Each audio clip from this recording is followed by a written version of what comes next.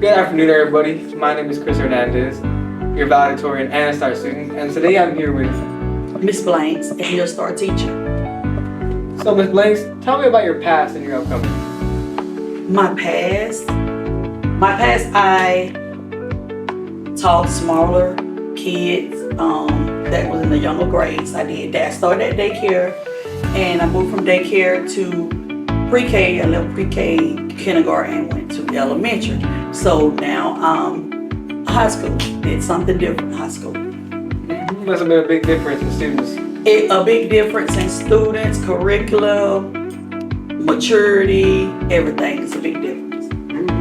Now, during your time here, how has this program grown? The program has grown tremendously.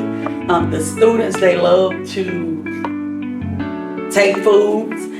It's like watching them grow from Foods 1 to Foods 3 is awesome.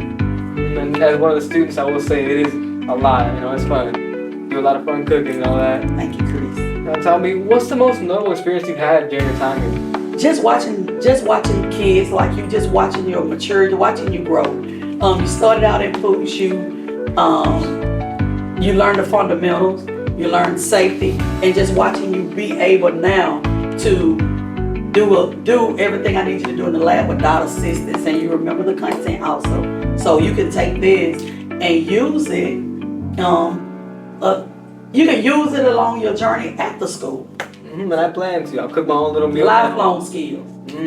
Cook my own little meals in college. Hopefully, eat good. Eat and healthy. That's what it's all about. That's the experience that I like. I like to try to do the recipes that you guys can do at home or you enjoy doing. And like I say, when you go to college or whatever you decide to do in the future, I hope y'all use these skills that y'all learn in my class. And I plan on it. Thank you. Now, for our final, most important question, how has it been becoming STAR teacher?